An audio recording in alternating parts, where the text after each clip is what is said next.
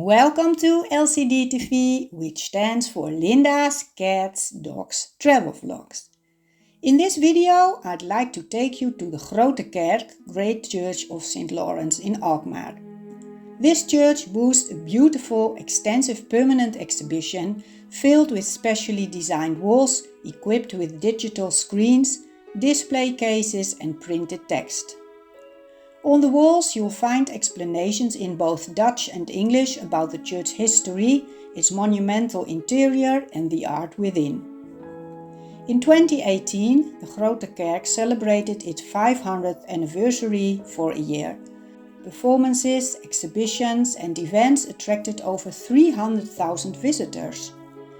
The highlight was the return of the immense Laurentius altarpiece by Maarten von Heemskerk from Sweden and the Ascension to Heaven, during which visitors could climb the church. That same year, the idea was conceived but not carried out, but it was revived in 2019 to renovate Europe's largest window with a new stained glass window. It measures an impressive 6 meters wide and 23 meters high. This magical light has been restored to the south transept by gifting the church a new stained glass window. The design, by international artist Fiona Tan, will go down in history as a crown jewel, commissioned by residents and businesses of Alkmaar, attracting visitors from around the world. This window was unveiled on October 8, 2023, the year that marked the 450th anniversary of Alkmaar's liberation from the Spanish. After the installation of this new window, it will also be a central feature of church services, such as those held annually on May 4th and 5th and October 8th. By focusing visitors' attention on the light of freedom, it will be used in speeches and presentations. The window is also part of the church collection and is included in tours, visitor publications and school programs already held in the church. A few words about the history of this church. The first mention of a church on this site, where the first settlement was established, dates back to the early 10th century. It was a wooden church that was destroyed by fire in 1133 during a Frisian attack on Alkmaar. A new church burned down in 1328 during a city fire. Another church was built. During this time, Alkmaar expanded to such an extent that it was decided to build a second church next to the existing one, dedicated to the current Matthias. This was completed in 1382. In the 15th century, it was decided to build a tower next to the double church. In 1468, this tower was still unfinished, but sailors could already use it as a beacon from the sea. That year, 3 bells bearing the names of Maria, Petrus and Martinus were hoisted into the tower. These weighed a staggering 2,500, 1,500 and 1,200 pounds respectively. On October 29, 1468, the tower, which was almost finished, suddenly collapsed, partially destroying the double church. Sadly, 2 nuns were killed. It was decided to build a larger church because it was felt that a city like Alkmaar truly deserved one. Construction of this church, the current one, began in 1470. The foundation stone was laid on June 9th of that year. Almost 50 years later, in 1518, the church was completed. In 1573, the church came into Protestant hands. It didn't really suffer from the iconoclasm, but after the takeover, the church became more austerely furnished, and altars and the sacred statues seemed unnecessary were removed. In August 1923, a major restoration began after the structural condition left much to be desired. Unfortunately, 4 years later, this work was halted due to a lack of funds, leaving part of the church covered in scaffolding. In 1937, emergency measures were taken and restoration resumed 3 years later. The work was completed in 1949 and the church was reopened in September of that year. Since 1996, this church has no longer served a religious function. It is owned by the Foundation for the Preservation of Monumental Churches in Alkmaar. They lease it to the West Theatre and the Grote Sint Laurenskerk Foundation, which uses the church for cultural activities. From the early 16th century until 1819, the Alkmaar Library was housed in the space above the south portal of the church. Throughout this period, it was also a chain library. The library held approximately 300 volumes from the 15th but primarily the 16th century.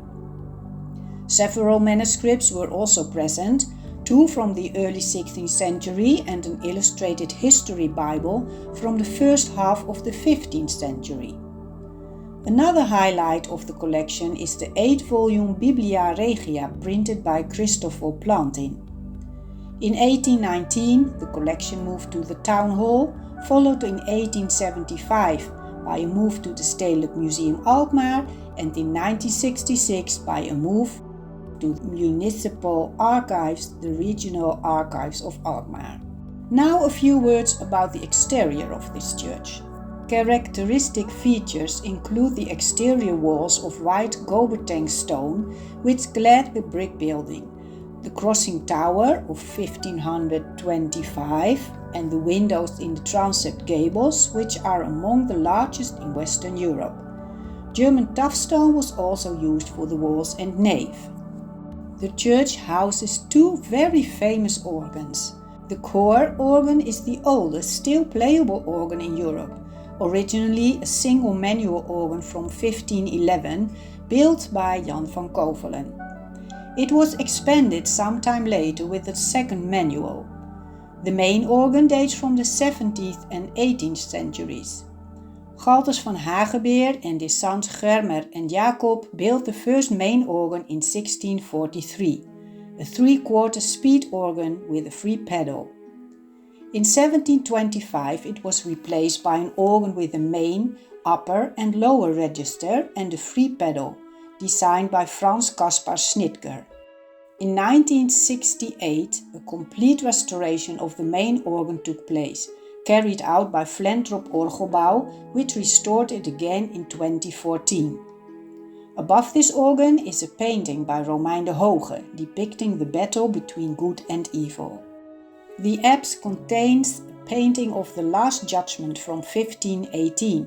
It was created by Jacob Cornelis van Oostsanen at the time the church was completed and restored from 2003 to 2011 by Willem Haakma Wagenaar and Edwin van den Brink VOF.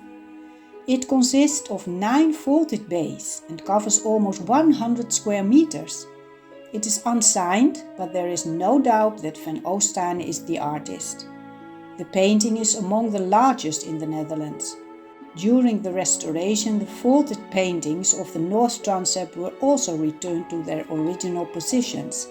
These paintings cover 14 bays and were long lost, but were rediscovered in 1999 by Willem Haakma Wagenaar in the depot of the Rijksmuseum Amsterdam.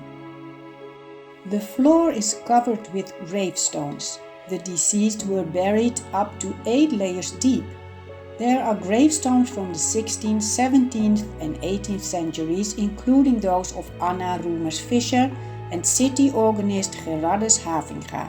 Karel de Dieu, who lived from 1700 till 1789 and was mayor of the city, has his own crypt.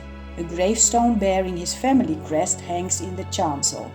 Local painter Cesar van Everdingen also found his final resting place here. The last deceased was buried in 1830, since then it has been prohibited. In the 1990s, the topsoil was excavated to a depth about 1.5 meters for the installation of underfloor heating. During the archaeological investigation that took place, at that time coins were discovered that had been placed on the eyelids of the deceased. Now let's focus on the bells of this beautiful church. A large hour chime, 130 centimeters in diameter by Casparis and Johannes Moer, dating from 1525, hangs in the roof turret. The 16 largest bells cast for the Grote Kerk by Melchior de Haase in 1689 hang in the windows of the turret.